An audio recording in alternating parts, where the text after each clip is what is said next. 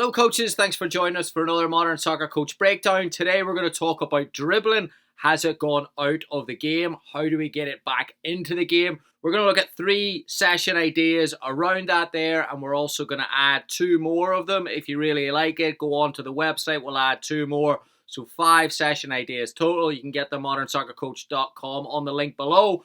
Also, when you're there, please like, please subscribe. A huge thank you to each of you who has subscribed and helped us get to almost 30,000 subscribers. Huge. The goal is to keep building it. The goal is to keep improving it, and we couldn't do it without your support. Thank you so much. Dribbling, let's go.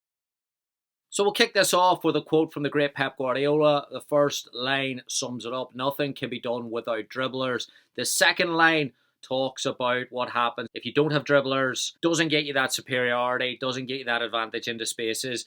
The interesting thing with Pep Guardiola's team, of course, is that he's a possession-based coach. But when you look at his team, and the data will show this, the Jack Grealishes and the Messis and the people that can carry the ball and drive with the ball are hugely, hugely valuable to take advantage of the spaces that you create with your possession. But perhaps a more impactful quote from Pep Guardiola is that football is losing the dribble. And again, you can get this from too much possession, too much of an overemphasis or a reliance on pass, and then the defence doesn't have to deal with those superiorities and doesn't have to deal with the Messis or the Grealishes or the players that can carry the ball and take advantage of 1v1 opportunities. So how do we bring dribbling back, particularly at youth age, where we're starting to introduce principles and aspects of possession play? How do we introduce dribbling and encourage dribbling for our players? Now, one way you can do this is by adding cones and have players dribbling around them and getting comfortable in these dribbling scenarios technically.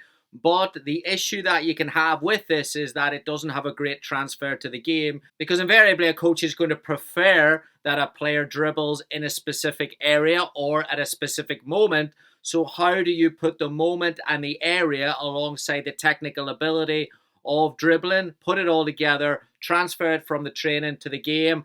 Let's look at some exercises that we can do that with. So the first moment we're going to look at is build-up. Dribbling can be hugely beneficial in a build-up to escape a press, get out of a press, but if your centre-back dribbles at the wrong time or your goalkeeper starts dribbling like Rene Higuita in 1990, then it might be an issue. So a game like this can help communicate that there. You've got a 2v1, a 3v3 and a 1v2. Defensive team are restricted to the zones. The attacking team can move up, create an overload when they progress the ball on the dribble. So it has a knock-on effect. You can use your overload early, that 3v1 with the goalkeeper. You can release the centre-back to dribble up, then create a 4v3, then a 2v2 in the final third. Fast-moving game. You can reward a team for scoring if they progress through the thirds. You can allow a team to score in transition. Keep it as realistic as possible to the demands of the game. Allows players to experience those decisions when to dribble, when might be an opportunity to pass instead. Another specific moment where dribbling can be very, very effective is in those chaotic moments when the ball is won and regained after a press or in transition. And how we modify transition exercises can really, really help us in this here. So for this example, 3v3 plus 3, instead of a typical one team that loses the ball then transitions to defending, have one team be the defending team all the time. So in this case, it's the red team. Red team are trying to win the ball back. When they win the ball in that moment of transition, maybe a pass isn't a good option here. Maybe you would rather a player can dribble out of that space. So you have 4 corners. You've got the poles in the corners. If they dribble through the pole when they win possession, the red team gets 2 points. If they overload the 2 teams of 3, get over 5 passes, they get a point for every time they do that. So it keeps the game moving and also creates that dribble option in transition as well, and gives them a passing option in transition if they find a teammate in a better space. And then staying on the theme of transition, specifically in the final third on the counter-attack, you've got a massive, massive advantage if you have players that can carry the ball, players who are comfortable in 1v1 and can beat players and create chances in transition on the break. You can put this little idea together here in the train. It's a 5v3. 2 blue centre-backs are restricted in a little zone with a mini goal. They're passing the ball back and forth. Inside is a 3v3 to goal. If the red team win the ball, a red player can dribble out, and once they dribble into a advanced square against a blue player, nobody else can go in, so they've got that zone where they can be creative, build that confidence of playing 1v1 rather than shooting the ball early or passing the ball early, getting players comfortable and trying to get to the mini goal without the pressure of defenders recovering really, really fast. This is a good game for, again, breaking out at speed, but also building that confidence in 1v1 situations.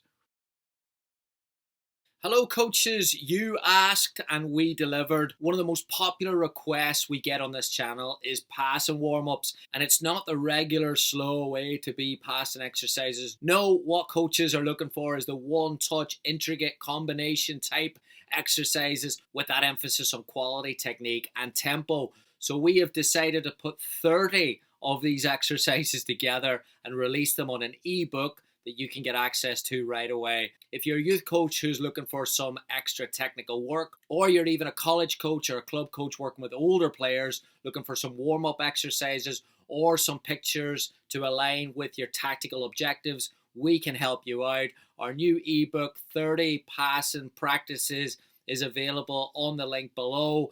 It's a PowerPoint that includes video, session details, and coaching points on each slide. Tons of ideas, tons of different pictures, lots of adaptions. You can get it on the link below or at modernsoccercoach.com/shop. Thanks for the support and enjoy.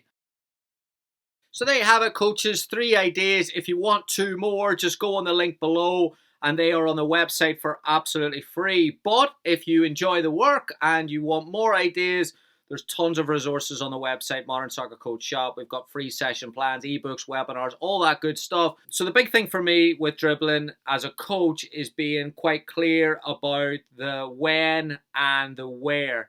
And in the moments of the game and in certain situations where you're encouraging players to carry the ball, and it's a benefit to a possession-based system if they do carry the ball. So you can do that through video analysis, of course. You can sit and show that there, and it can be really, really powerful. You can also do that in training, like the ideas that we've shown. But I think once you as a coach start to think that way, then you're creating habits as a coach of connecting the dots between where, when, and how. How is the actual act of dribbling that we showed through the cones. They'll do it at under 6, they'll do it at under 8. They might even do it beyond that there. How relevant it is will depend on the environment around the coach. So it's not fair to see a coach doing it once and say that's unrealistic or it's unopposed and it doesn't have value. It does have a value if the coach is clear in the positional work, in the communication, in their playing system of where they are bringing that dribbling out. And I think that is what coaches like Pep Guardiola and Mikel Arteta specialize in, is whenever a window of opportunity opens up for a dribbler, you can see on TV every Sunday or Saturday, whatever it is, you can see those players are so comfortable in those spaces, and that's why they're so good. So I think at youth level, we can build that into training sessions, and if we build it into training sessions and be more deliberate about that, we can also look to encourage players to do it more in games. And if it doesn't happen, we can then go back to analysis and maybe then see what the disconnect is and talk to players and start conversations around that. But I think if coaches and players are on the same page of when the moment is right and where on the pitch it's most effective, I think it's quite natural that we're going to see more of it. I just think that it's a real challenge for a coach today to get that environment right. And that's not a bad thing because it means that coaching is going to improve. So I hope you enjoy that. As always, please give it a like and a subscribe before you leave. Thank you so much for the support. I will see you next week. Goodbye.